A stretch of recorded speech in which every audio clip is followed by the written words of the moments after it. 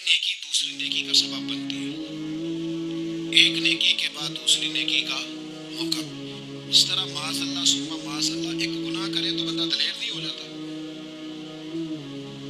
کہ چلو یار ایک کر لے۔ ہمارے بزرگوں نے لکھا ہے کہ آپ کی نماز قضا ہو جائے تو کسی کو بتائیں نہیں میری قضا ہو گئی، پھر تو وہ کہے گا چلو میں بھی قضا کر لیتا ہوں۔ آپ کوئی گناہ کریں تو گناہ کا اعلان، کوئی غلطی ہو جائے تو چھپائیں، بتائیں نہیں، ورنہ دوسرے بھی دلیر ہو جائیں۔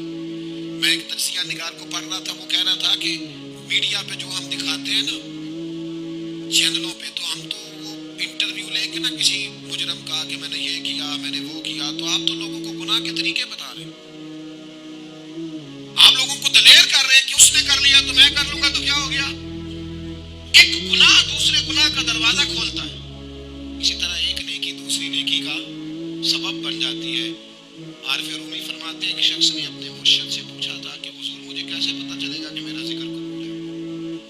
تو کہنے لگے جب تو نے پہلی دفعہ ذکر کیا تھا نا اور اس ذکر الہی کے بعد تمہیں دوبارہ ذکر الہی کی توفیق ملی تھی تو رب نے وہ پہلا قبول کیا تھا تو دوبارہ توفیق عطا فرمائی، اس کے حضور وہ قبول ہو گیا، دوبارہ تمہیں توفیق عطا کر دی۔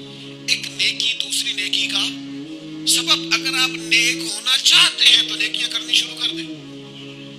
بعض دوستوں سے کہتے ہیں داڑھی شریف رکھ لیں تو کہتے ہیں ابھی میں نیک نہیں ہوں، تو میں نے کہا داڑھی رکھ کے تو بندہ نیک ہوتا ہے، اب رکھیں گے تو نیک ہو جائیں گے، شروع تو کریں۔ آپ کو اس کا لحاظ ہوگا کہ یار اب میں نے داڑھی بھی رکھی ہوئی۔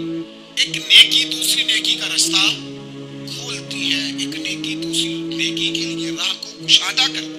اگر نیک ہونا چاہتے ہیں تو یہ روحانی قانون یاد رکھیں کہ ایک نیکی دوسری نیکی کا سبب بنے۔ امام طبرانی روایت لائے ہیں نبی پاک علیہ السلام کے حضور ایک شخص نے عرض کیا تھا کہ یا رسول اللہ صلی اللہ تعالیٰ علیہ وسلم دور جاہلیت میں نے 360 بچیوں کو زندہ درگور ہونے سے بچایا۔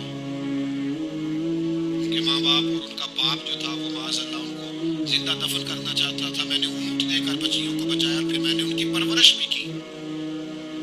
تو یا رسول اللہ صلی اللہ علیہ وسلم میں نے 360 بچیوں کی جان بچائی ہے، مجھے اس کا اجر ملے گا؟